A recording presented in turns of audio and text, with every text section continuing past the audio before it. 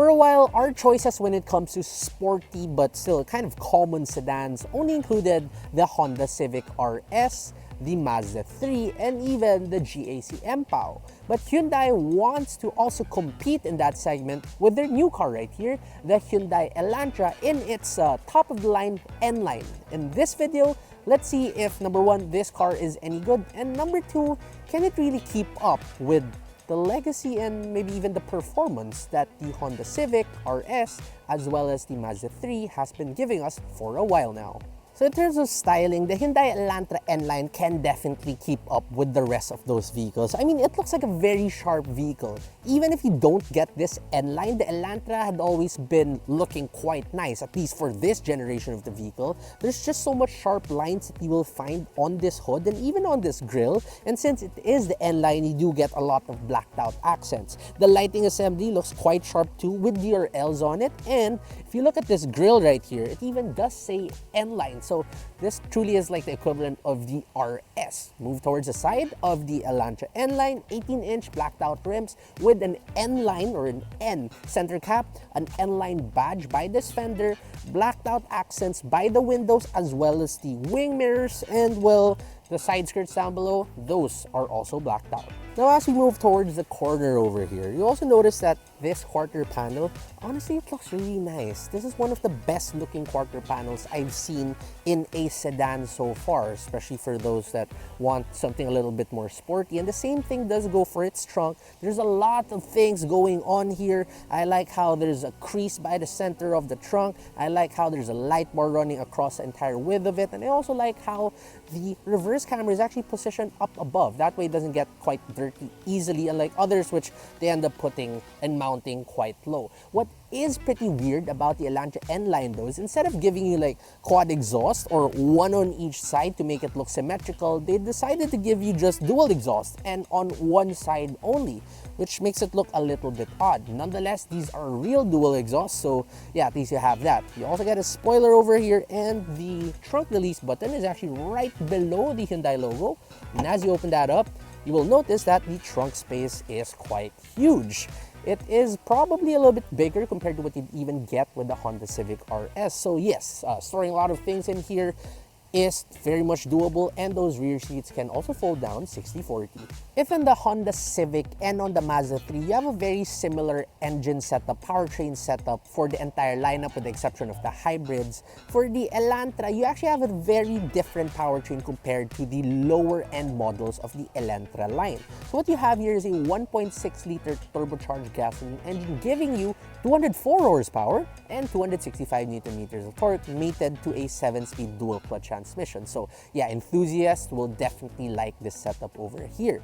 So what about your fuel economy? You're looking at around 6.5 kilometers per liter in the city. Not exactly the best. Again, it's not a hybrid, but on the highway, it's pretty okay at 19.3 kilometers per liter. Move inside the interior right here. First, we check the door. Sounds pretty okay, really. So the interior of the Hyundai Elantra N-Line, it is very driver-oriented. So you do see these double 10.25-inch screens pointing towards you as a driver. You have a very cockpit-like feel to it. Even the AC controls, they are directed towards you.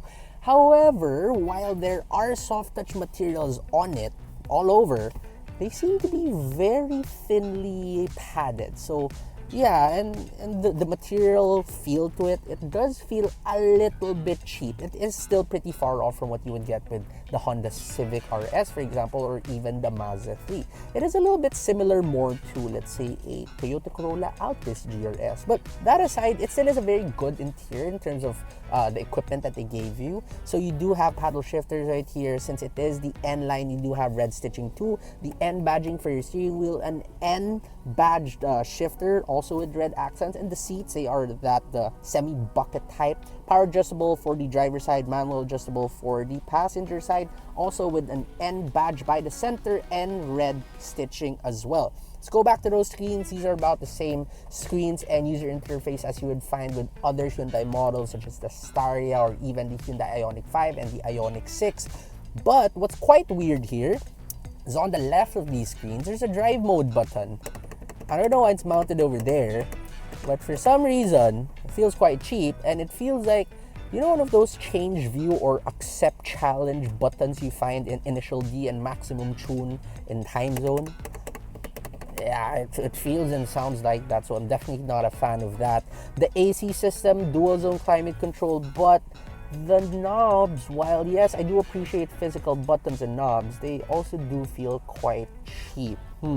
Pedals are metal, and there is a wireless charging pad here by the center, and electronic parking brake, and auto hold as well. You do also get adaptive cruise control as well as lane centering control, but for some reason, Hyundai decided to ditch out blind spot monitoring, which honestly I really don't understand. That should be part of the entire package. Rear seats wise, you first check the door. Sounds weird.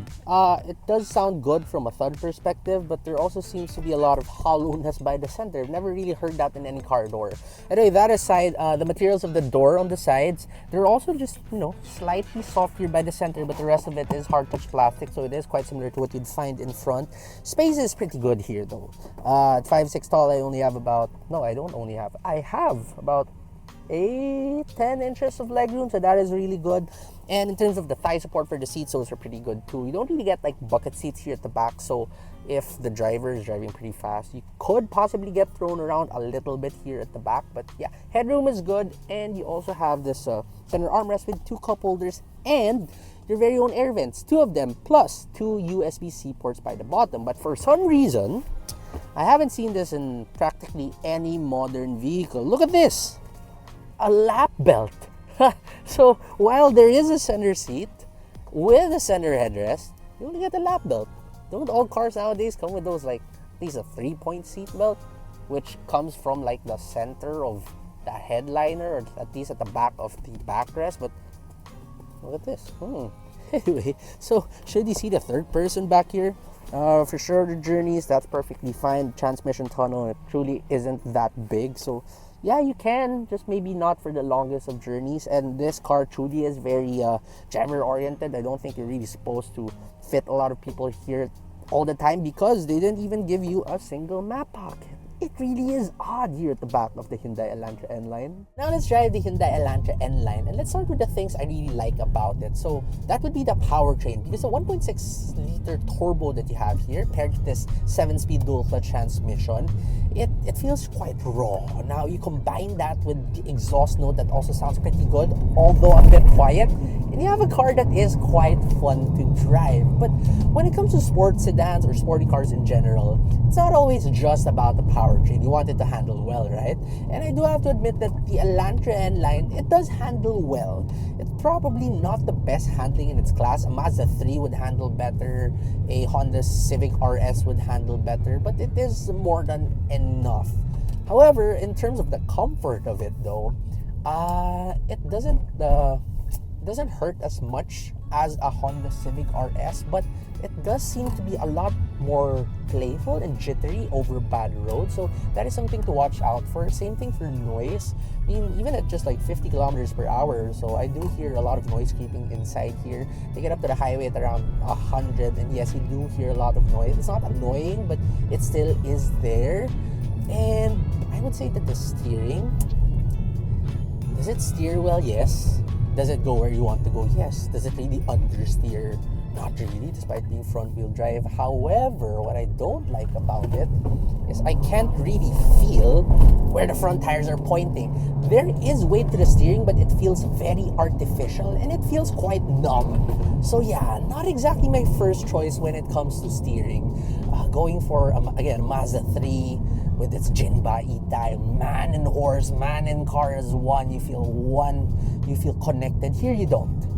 So there's that.